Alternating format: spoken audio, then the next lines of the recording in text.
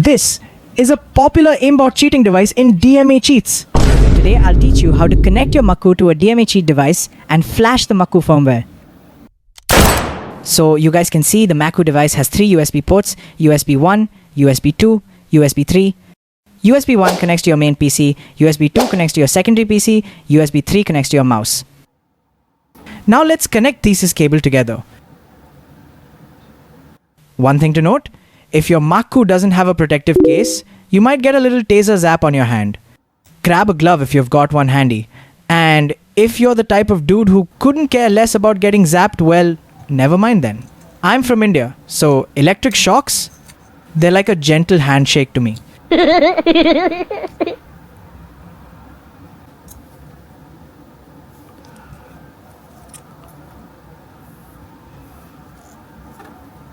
We finished connecting all the cables for the Maku, the Aimbot device that requires DMA cheats.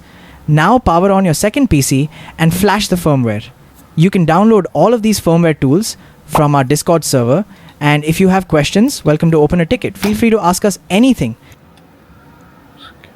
Now we need to flash the firmware first.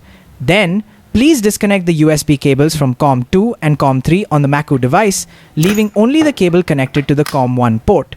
And hold down button 1.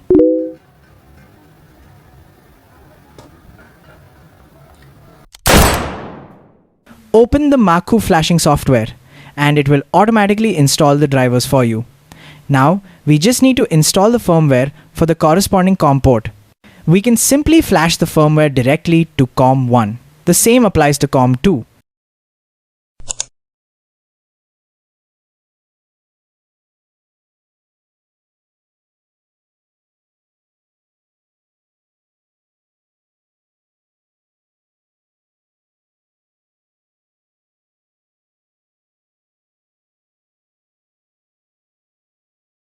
After flashing the firmware, your Maku should be in a connection state like mine. Your Maku is now set up for DMA cheating.